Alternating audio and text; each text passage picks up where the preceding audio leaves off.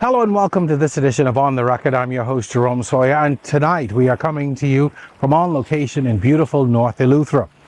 Our guest tonight is a legendary visual artist. His work as a cartoonist and caricature artist is also legendary and has influenced the Bahamas in many, many ways. He is also known for legendary Bahamian music.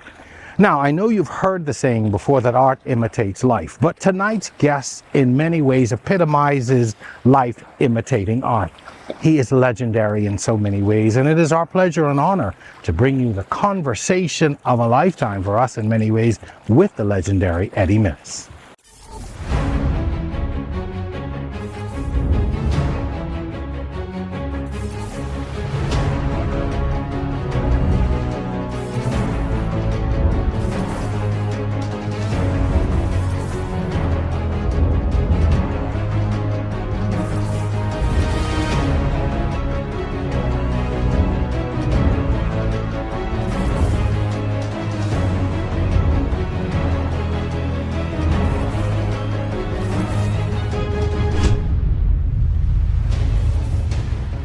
An eager On the Record team made the short flight to North Eleuthera to meet the legendary Eddie Minnis. He welcomed us to his home in the serene settlement known as the Current, a picturesque corner of paradise that feels like the perfect retreat for a cultural giant. After a warm greeting and quick tour of his grounds, Minnis led us to his personal gallery, surrounded by brush strokes of Bahamian life and history. It is here that we sat down to unravel the story of his legacy.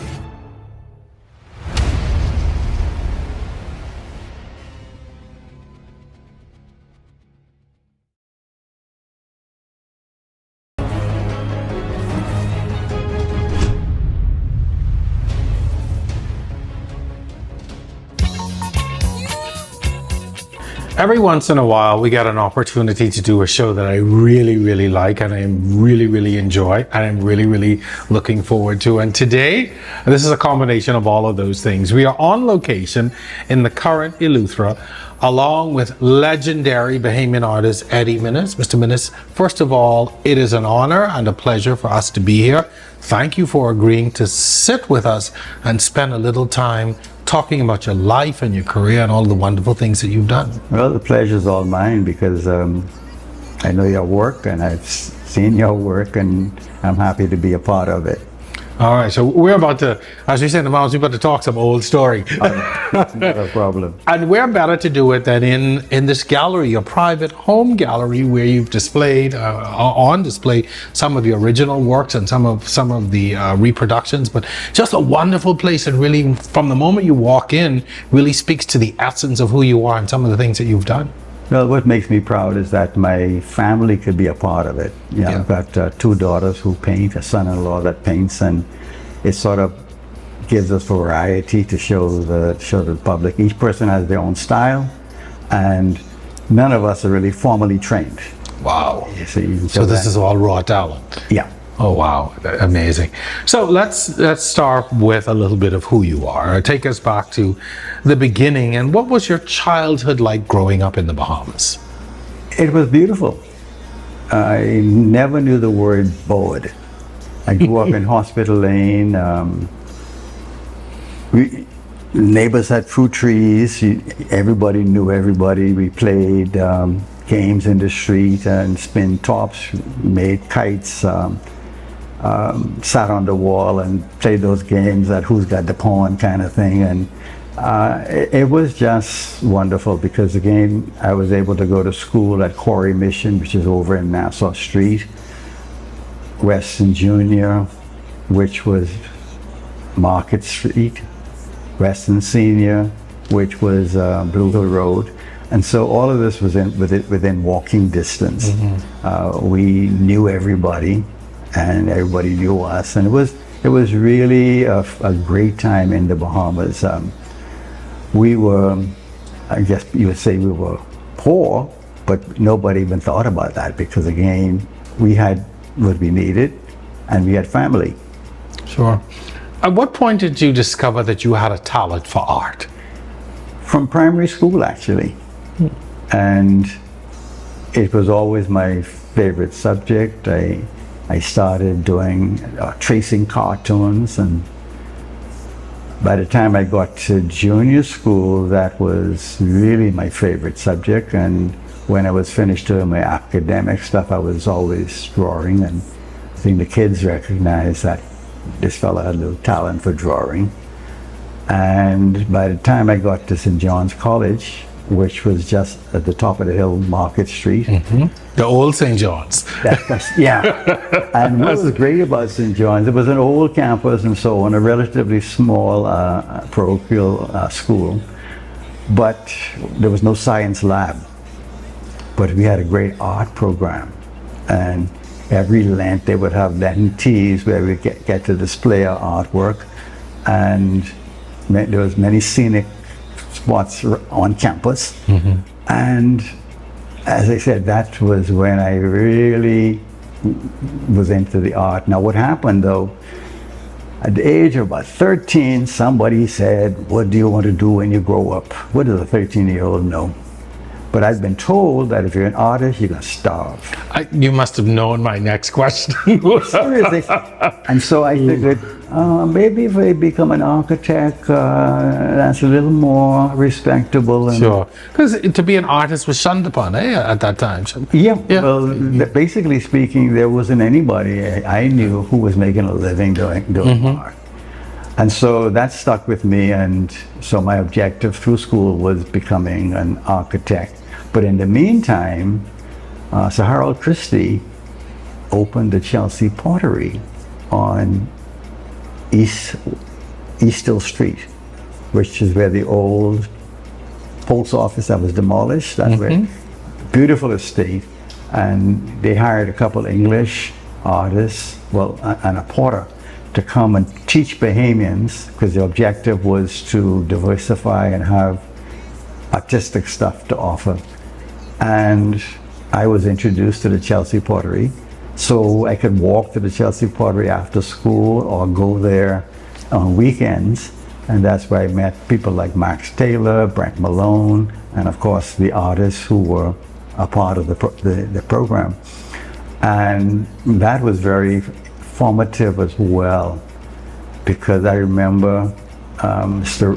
David Ronsley, who was the chief, he gave me this big sketchbook. I knew what he wrote in it: to Eddie, who will one day be a great artist. You know, I thought, wow. You didn't think so at the time? I wasn't even thinking about it. I was just having a good time, you see. But a turning point came during one of the Christmas holidays. My father got me a job at a bicycle shop on Market Street, and you had to make sure you looked busy the whole day. You had to come on time. They weren't interested in letting you leave early, and I didn't ask how much they were going to pay me. End of the week, 6 days, £1, 1 shilling. Now, you know, that little 13, 14-year-old boy, figured they might have figured that was cool. I didn't go back. The next week, this is 2-week Christmas holiday, I spent my time at the Chelsea Pottery, making chick-chanis, doing drawings and plates, and the fellas would send me down to Kelly's Bakery on Shirley Street to buy some of their pastries, and I always got my cut. At the end of the week, they paid me £7 in commission. Off of the work that you had the sales off of what you had made? Your signature, which you did, and they put in the kiln, and they sold it and so on. And you go, that was my commission, and I said, I ain't working for nobody. That was my decision way back then. But I still went ahead with the project of becoming an architect. And I got to McGill. I spent the first 3 years the first year was just a general program, but the second and third year were in the School of Architecture. And that was a 6-year degree course. Wow. But after the third year, I figured I prefer painting the buildings than drawing them on, you know. So I took a year off to see if I could make a living doing art. And I had a little booth at the British Colonial Hotel where I did little portraits and so on. And I did watercolor paintings. And it was fun, it was freedom. And I was determined that, yeah, I could make a living doing this. So I finished the 4th year because they switched, they made it a 4-year Bachelor of Science degree in architecture, and the other 2 years would get a professional degree in architecture. And so I completed the 4th year because I figured if this art thing don't work, I can be accepted back as a graduate student, as opposed to if I dropped out, no chance. So so that was my journey from making a decision to be an artist. And the idea was, you got a tourist economy, and it wasn't about making a lot of money, just supporting yourself, you see. And so I did that. Matter of fact, I had a government scholarship. And when I came back after the 4 years, various ministries that said, we would like his services. And I said, no, I'm not working for anybody. But you got a scholarship? They said, I'll pay it off. And they said, we want you to pay a certain amount a month. I said, I'm just getting started. I can't afford that, but I'll pay what I could afford. And they said, okay.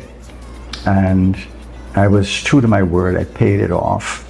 And they said I was one of the few who said they would do it, who actually did it. Even today, you are probably among the few who are paying off a government scholarship, truth be told. Yeah, but my idea was the weekend is too short to live for. I wanted to do something I could enjoy every day. Wow. And so that's what I did. And so it never felt like I was working. If, you know, so many of us strive towards that, finding the thing that we love doing so it does not feel like work. But what have been your inspirations over the years? I mean, I know your work, I see what you do, but really what has inspired you in the visual art space to do some of the magnificent work that you have done? Actually, it was this inner drive. But I loved art. I read about famous artists like Van Gogh and Monet and so on. I saw the beauty that God has surrounded us with here. And I was always motivated by showing the beauty of our surroundings. I never did much in way of people, but it was always like a coconut tree, a silk cotton tree, gold coconut versus regular coconut, the sloops that used to be on the waterfront. All of that I found just fascinating. And so every day it was, you know, you jump in your car and you drive and you say, that's the scene I'm going to paint. And when by the time you finish that, you already know where you're going to the next scene and so on. And it was never about the money. It was always about doing something that I enjoyed. And I always, I adopted the Zenith motto: the quality goes in before the name goes on. I didn't care how long it took me to get what I wanted. And I tried never to rush a project. I wanted to know that whatever I put on canvas or paper was the best I could do at that particular time, because it's a growth process. And you used a knife? Yeah, actually, my first work was with watercolor and ink. I used to do the ink drawings, and then I started doing watercolor washes on them. I saw some of them recently, and they went bad, you know. But I was out of St. John's, but I did a little exhibition with a friend who was at the Pilot House Club, and I saw some work done by an artist. His name was Jenna Baden, and he did it with a pilot knife. And I said, that's interesting.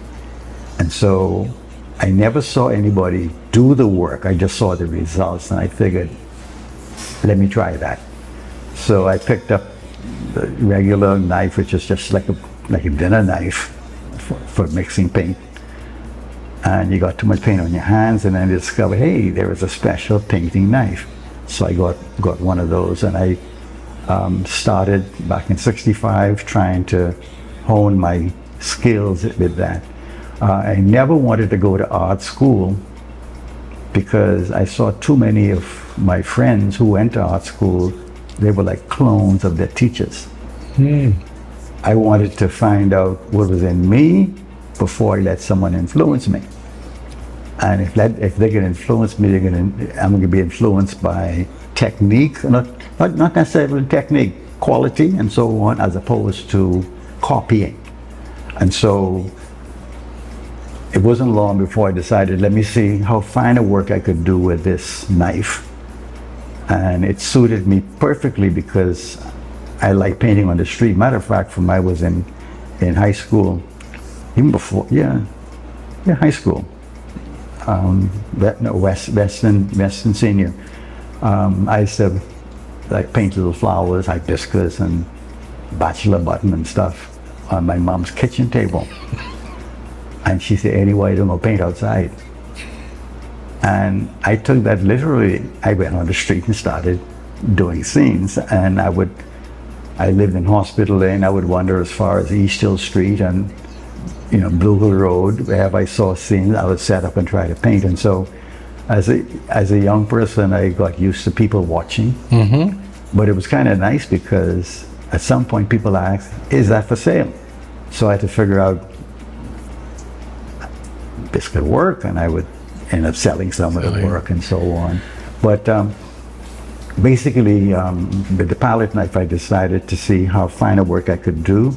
And what you see at the gallery shows the evolution of the work, because you can use texture, color, perspective. And this is where being in Montreal, studying architecture helped, because I understood buildings and structure, and it's got to be solid, and it's got to be precise to a certain extent. And so in that way, I've benefited from the architectural training. I am young enough, or old enough, to remember, driving along and seeing you in different places painting, and my dad, who was a big fan of yours, or my mother would say, hey, that's Eddie Minnis.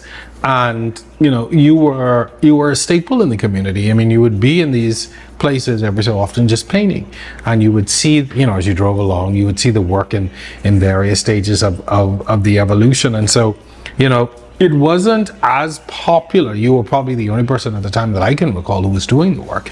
But nowadays, over periods of time, you see so many other artists just out doing it. But you were one of the first that I recall seeing, being able to see you on the outside painting these things, and really bringing these images, these beautiful images of the Bahamas to life. What was of interest is, part of my motive was, as you said, a lot of people never saw a painting from beginning to end. And people would pass and see me doing the sketch. Next week they'll see me putting the paintings on. A month later I'll still be there working. And so they got a chance to see an artist at work. And a lot of people, well, this what came back to me, I've repeated this many times. The thought was, you see that boy there? He got good education, but look what he doing. Because a lot of people didn't recognize that. It legitimized the art, the art form. It legitimized making a living as artists. And which brings me to another question. Are there a lot of artists who were inspired by what you were doing and seeing you do these things and make a living? Well, one of the things that a lot of people don't know, I don't know if you ever heard about the Finco Art Workshop. Well, I was actually hired to do advertising for Finco. I knew nothing about advertising, but they hired me anyway. I could tell you what the slogan was. And so what I did was, I could tell you what the slogan was. And another thing too, I hired my talent, not myself. In other words, I didn't have to be in an office once I did what I was supposed to do and give it to them, I go on. And so basically doing that, I was on the same level as the manager because I was a professional, he's a professional. But what I suggested to them was you'll get more bang for the buck, as it were, doing community projects than just display ads. And one of the first things we did, we had a competition for making model boats. And from the first time those guys started making beautiful camellia boats, I mean, really nice. And then we had mini regattas. One we had at not Goodman's Bay, you know, when you come around the bend out west. Go Slow Bend? Yeah, Oh, okay. just up the street, there's a nice little area, it was shallow, and we had the guys race the boats, and once we had it down at South Beach. And then we also, any young artists that I saw, we promoted them by having exhibitions at Finco. And the idea was, these were news stories and they would be covered, and you couldn't pay for that kind of coverage if you were just doing an ad. And you know, we had an exhibition for Dorman and Ricardo and other artists. I even had exhibitions at Finco. And then, I don't know, I think Heinz Zola, he wanted a set of reproductions to be done. And so we selected 12 artists, and we selected 6 of the best for this limited edition reproduction set. And the idea was that when we have a national gallery, Finco would donate these paintings to the National Gallery, but in the meantime, they kept them. Now, once the paintings were sold, the prints were sold, Brent Malone and myself suggested to the CEO that rather than the bank making a profit, use the profits to start the Finco Art Workshop. The idea there was it would cost you $20,000 or more to send one artist to art school. But if you hire 2 artists or teachers at $10,000 each, you can teach 40 students. Amazing. And so the first was done at, you know, Pauline Barker from St. Augustine's and Max Taylor. They were the first two instructors, and I think Max did that for years. As we get ready to wrap up this segment, and there's so much more to talk about, but is there a favorite piece that you've done? Is there a piece that stands out, that is most memorable? Is there something that comes to mind that you think about, you know, when people ask, do you have a favorite, or is there something that was most memorable, a piece that you did? Yeah, I love the form of the silk cotton tree, especially the root structure. And some of my favorite paintings are the silk cotton tree in Fox Hill by the library, and one at the roundabout. They're 2 of my, and actually there are a couple from the underground. And they're 2 of my favorites because I was able to, some of them I did with the tree with leaves, others just showing the tree without the leaves, and when they're blossomed, the petals on the ground. And so those are some of my favorites. And of course, my signature paintings were Poincianas. Yes. As we talk, and I looked around the room at that, Poincianas on display, and you are right, they have become synonymous with. And with the knife, you can put on every petal. You can put the textures. It's such a versatile instrument, but it takes forever. But the idea was to put my best into each piece. And it certainly showed. So we are going to take a quick break. But when we come back, there is another side of Eddie Minnis that I want to talk about, and that's the music. And there's so much more to you that we haven't even begun to explore yet. So I say to our viewers, stay with us. We are on location on a very special edition of On the Record. We're going to be back right after this.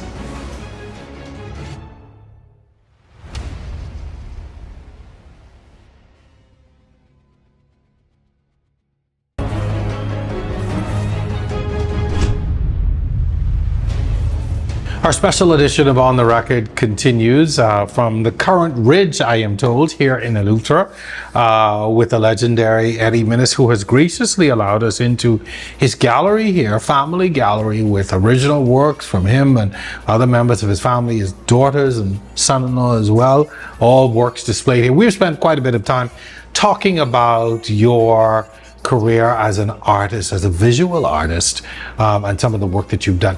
But there is another side of you that those of us who are old enough to recall remember very vividly, and that is your work in caricature. How did you find that skill? And tell us how you were able to bring that to the Bahamas and get it front and center for so many Bahamians for so many years. Well, when I went to Montreal, I would read the newspapers. Not really read the newspapers, but scan the newspapers. And prominent in these newspapers were these caricature artists who were like editorial commentaries on worldwide subjects. And I was fascinated by how you get the essence of the person. They would extend the nose or the ears or what have you, but it was them. And I say, that's nice. Let me try. And so in my classes, many times I would be sketching the professor or student and trying different ways. And then I said, when I get back home, I'm gonna start an editorial cartoon using the same type skills. And you brought potluck. Actually, The Guardian had this thing called Barry's World under the editorials. Nothing to do with the Bahamas, but they did it six days a week. There was this Barry's World. So what I did was I measured space, did about half a dozen cartoons, and I went to The Guardian and I said, I want to replace that. And they say, yeah, we don't have it, but we have no objection. Because they saw what I did as examples. And they said, we'll give you a shot. Mm-hmm. I say, okay, how much am I going to be paid? Well, we have no pay scale for cartoonists. However, Norman Solomon and Jeannie Thompson, they do an article for The Guardian every week, and we pay them $30 each. Wow. So I started calculating, they do one article for $30, I'm doing 6, that's $180. They say, no. $30, full stop. For the week. For the week. Family man now, But I thought that, let me get my foot in the door. Because once I get in the door, and if the people respond to this, then I got a bargaining chip. Sure. And it wasn't long before people started talking about potluck. And incidentally, the only name I came up with was potluck. Why? The Bahamas, I said, is a melting pot. You got people from all over the world. And whatever happens here is our potluck. So, as a young boy, I recall vividly the days of potluck when you would take whatever the issue was, however contentious or politically charged it was, and you made political satire, these caricatures, these cartoon drawings of politicians and events in the Bahamas, and people laughed at it, they were offended by it, but it was hugely popular. Well, people were saying, boy, you ain't scared to do that? And certainly yeah. But here's the point. A lot of the people who they thought would be offended would actually call the Guardian and say, I want a copy of that. And so a little side hustle was, they would make the copy, 8 by 10, black and white, and 50-50. I get my share, they get their share, you see? And I have actually seen copies in the offices of and the homes of some of the older politicians over the years and some of the prominent people who you would have featured. But tell us how you came up every day with a different cartoon that spoke to what was happening at that time. What gave you the inspiration? Well, first of all, doing it once a week wouldn't have the impact. And it was not a challenge to do just one a week. And so I gave myself the challenge, I will do one every day, which meant that I had to read the newspapers, both newspapers, cut clippings out of the persons who were in the news so I can use them to make my caricatures. And it was just a super challenge. And many a time I think Fred Stirrup said he would remember me coming into the Guardian 10, 11 o'clock just before they go to press with my cartoon. But what I did too was I owned the cartoon. They only used it the once and I got it back. That way I have a collection of over 3,000 original cartoons. Wow. Because again, the peanuts I got paid, they weren't buying the cartoon, they were buying the use of it for that one time.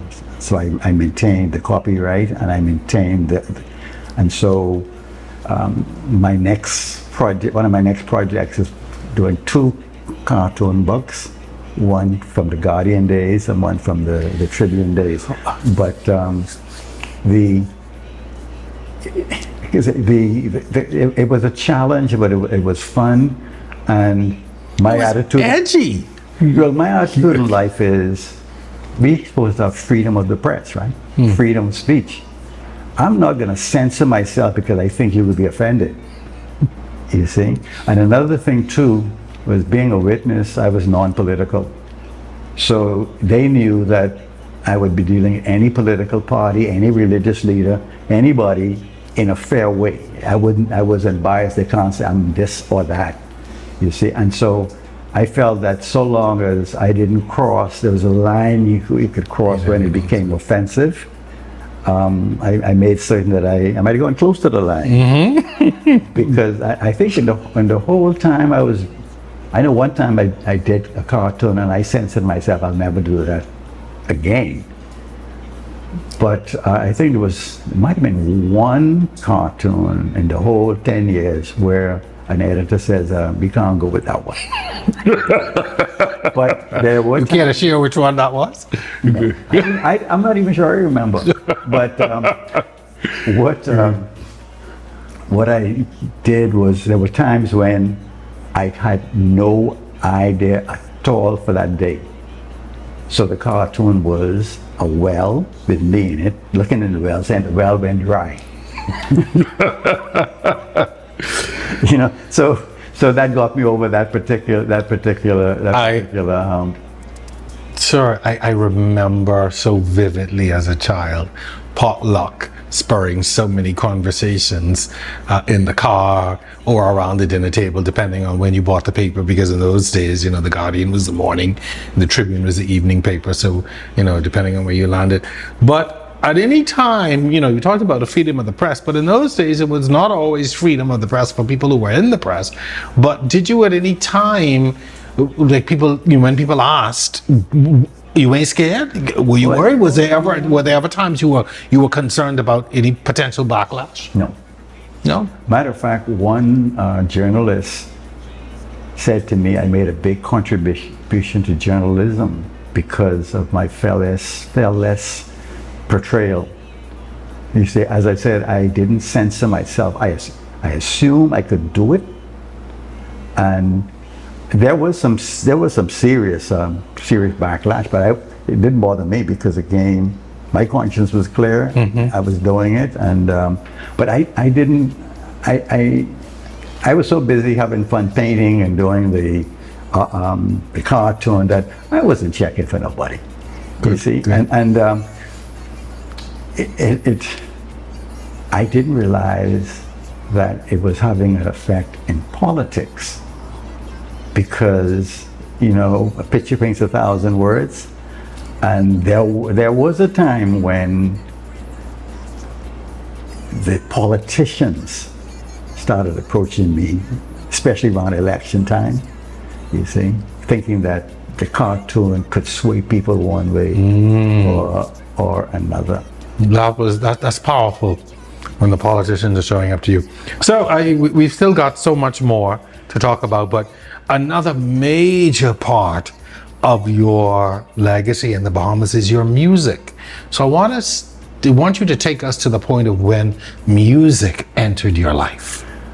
Well, I'll take you back to St. John's College. There was a music class. I got 0 on one exam. And the teacher said, anybody who gets 0 in my class don't deserve to be in my class. Wow. So I got put out of the class. I always loved music. And even at, when I went from St. John's College to Government High because I needed some A levels to get into university.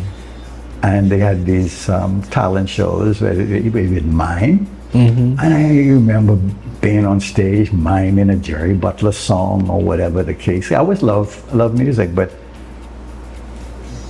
actually being a songwriter was not even on my radar. But at McGill, again, this is a benefit I got. First year, English 101, poetry. Never studied poetry, but but Shakespeare and all these other famous poets. And I thoroughly enjoyed the course. And the following year, I found my thoughts would come to me in the form of poems. Personal experiences, what you see, And I was honest with myself. I said, I don't read poetry. Ain't nobody can read mine. And you may find this hard to believe. I said to myself, if my thoughts could be put down in music, then people would hear my songs and get the message. From that point on, every such thought came in the form of music, not just lyrics, melody, verse, chorus. No kidding. That's baffling that you came to that conclusion just based on the fact that you didn't think anyone would read your poetry.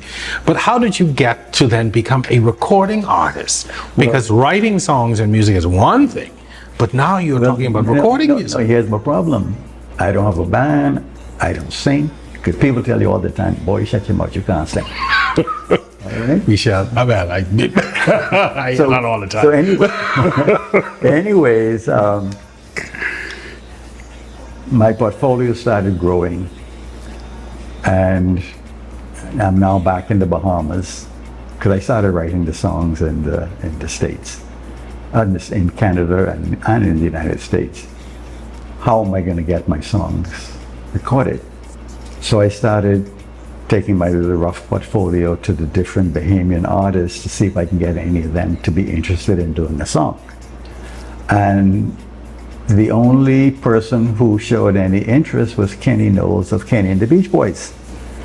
That's a group I haven't heard in a long time. Yeah, they were down at the Nassau Beach. Yes. And so what happened was they recorded Miss Lai. Now, how did I get involved with Miss Lai? Well, my sister-in-law, Jeannie Thompson, was the writer of, and a little nepotism. Ferguson's of Farm Road. I got a job Right. with Samuel and the Fergusons of Farm Road. And for those who don't know, Ferguson's of Farm Road was a soap opera Yes. that aired on ZNS Radio. Every Tuesday. Every Tuesday. The Ferguson's of Farm Road. Miss Lai was a Lai she was a gossipy character. Yes. I think she was a problem. Yeah. The problem neighbor, eh? And that's what I wrote the song, Miss Lai, oh Miss Lai. While you carry on. So, And Kenny and them did a nice arrangement, and we recorded that at ZNS. Tate Bethel was the engineer, 2 tracks. And that was a little modest hit, and I got Miss Lai's permission to use her laugh. Oh, the laugh. Yeah, she had a very famous wicked laugh. Yes. So I said, listen, I want this laugh at the beginning and end of the song. And lo and behold, I'm on Bay Street by Bay and Market, not Bay and Market, Bay and Shout. Anyway, one of them Bay streets off Bay Street. And Ronnie Butler approached me. Ronnie said, I guess he knew who I was, I knew who he was, but we had never met formally. I want you to come work with me. The Ronnie Butler. The Ronnie Butler. He was I never even thought of approaching Ronnie because I figured Burma Road, Crocalypso, Native Woman, you don't need to know something. And so that was really another blessing I got for the best Bahamian artist to approach me and say, I want to sing your songs. And then came a litany of hits and songs, and again, to me, much like the potluck caricatures and cartoons, your songs were speaking to the times and what was happening in society. And I told you before we came on, my dad was such a huge fan of your music because your lyrics spoke to the Bahamas of then and what was happening in politics and in social life and culturally. Yeah, what is of interest is the first song Ronnie chose wasn't a calypso. It was a love ballad called "Our Love Is Gonna Make It." And what happened was Jeff Scavala premiered it one Friday. So Jeff, again, for context, Jeff Scavala was a big DJ on ZNS radio at the time. The Jeff Scavala show was on in the evenings, I think it was. Yeah. And then big guy in radio. Yeah. We left the studio, and while he was playing it, by the time we got to the House of Music on Nassau Street, people were asking, "You got that song? You got that record?" That became the #1 song in the country. Wow. Just off a play on Jeff Scavala show. Yeah, and then they played it, and it really went down nice. And then Ronnie did Mike, Freedom, and I was writing the songs quicker than he had the capacity to record. Wow. And then Calvert Bain, who's with the Blue Notes, and Marvin Enfield and he said, "Man, Minnis, you don't have to sing like Johnny Mattis to be able to do calypso." So I said, "Let me try." And so I hired Ronnie and his group, and we went down to Elite Recording Studio where this English engineer, Alan Mott, and King Eric gave us a good discount. And we did my first album, which was The Real Thing. That sold like hot fritters. You know, you'd go into Cody's, and Cody's got a box of CDs open selling. And you had songs like Naughty Johnny, Mike, Finance Man, and Peter, and Tarzan. I mean, it had, because my idea was, have you ever bought an album where only one song you like, that hit song, and everything else is just a throwaway? Yeah. I say, I don't like doing that, so I ain't gonna do it to nobody. So whenever I put out an album, it was the 10 best songs I had at that time. Wow. And so the 10 of those songs were popular. And then that's when I did my first concert. We did a concert at the Holiday Inn on Paradise Island. Pirate School? Yeah. It was the Polaris Hall, eh? No, Polaris Hall. Polaris Hall in the Holiday Inn, yeah. Yeah, matter of fact, it was Polaris Hall where I got the idea for the buffet song. Ah, yes. What I'm saying is the painting and working in this community was also inspiration for cartoons and music, because many a time I would get an idea from being in the community about a song. All of your songs, though, were not played in the mainstream. Some of them we talked about were banned off of the radio. Well, what was worse though, I guess the disc jockeys and so on were so used to an album having one song or so, they would, even though I would give them 10 of my best, they may pick one or two and play it and don't play the rest. So a lot of people would ask, "Yeah, I got a new song," but that was a song from an album that nobody bothered to play. You see, but one of the songs that was banned was, and this was instant inspiration when I heard about the government saying we're going to keep these politicians honest by making them declare what they owned and what their family owned and so on.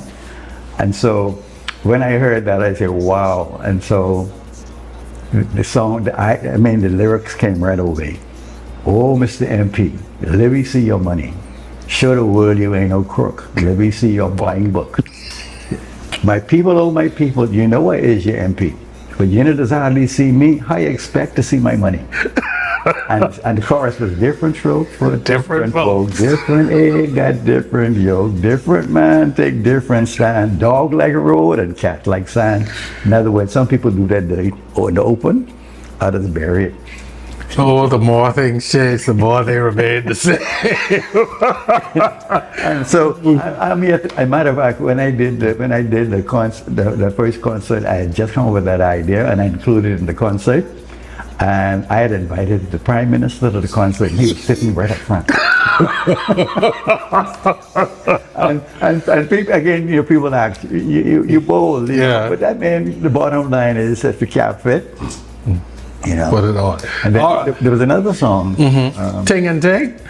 Well, no, that was the one that was banned but again,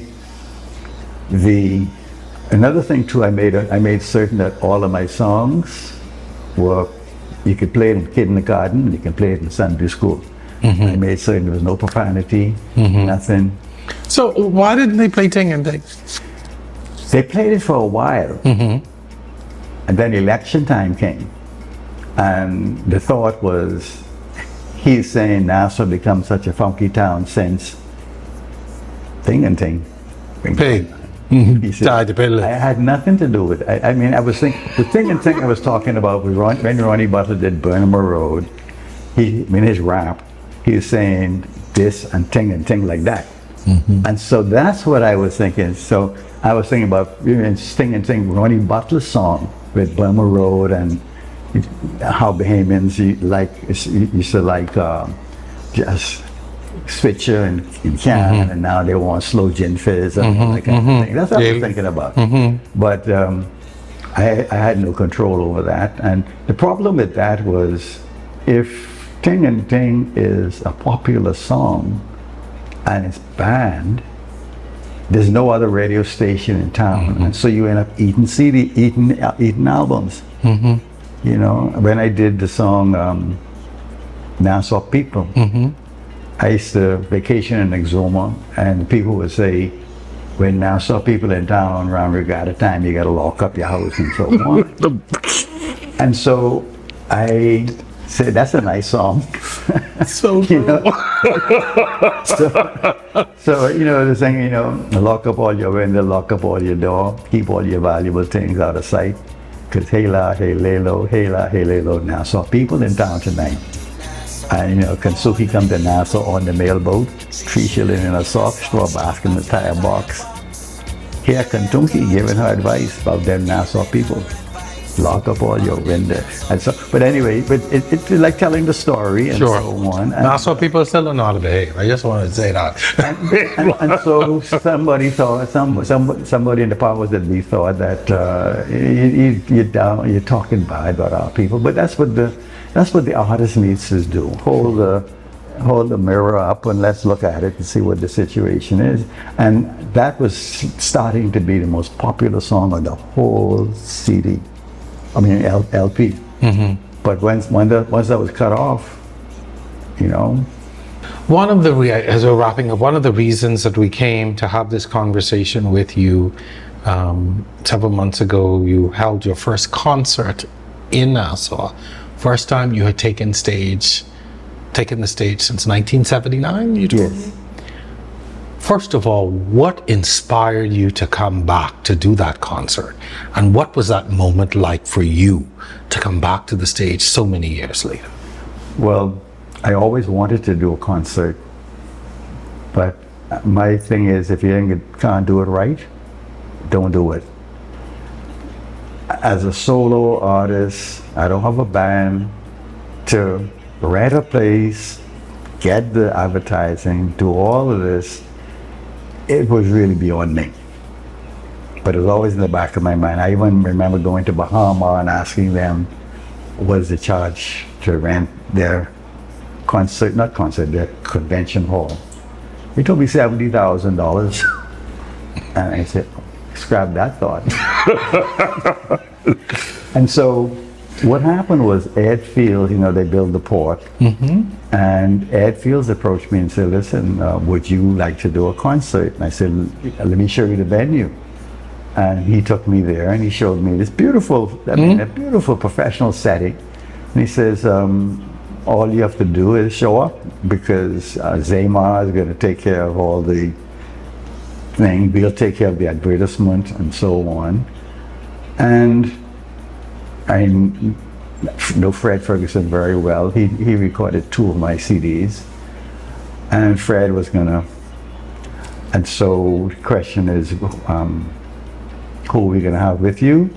And I chose Fan Sean and Gino D. And rather than them doing their songs, I had each of them do 4 of my songs, because I had some ballads that Ronnie had covered and so on.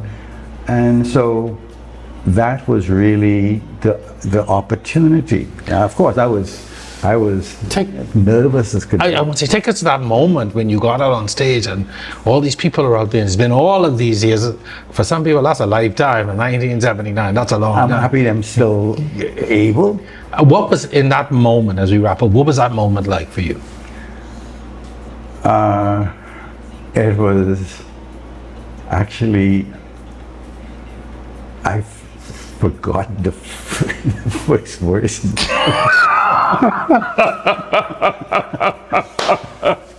But Fred, them covered for me next week. But once I got rolling, I think I sort of, it was about over an hour and a half. I did about 19 songs. Wow. Back to back. And I figured I ain't gonna stop, because if I stop, maybe I can't get started. and so it worked. And some people say, "But all you is," they were really amazed that I was still able to, And who was it? Sidney Darling, who was one of the original members of the group. He was there, and he says, "You still got it, Eddie." But it was. I was really happy that the audience was so supportive, because I'm thinking about what I got to do, but people were saying to me, they are singing every lyric with you. You see, and people were dancing, and so it was really satisfying, because after the concert, they were leading me off stage to the dressing room. I told Barefoot, no, let me go with my people. Good. So I was able to go down with the audience and take photographs with them and so on, because again, it was all about them.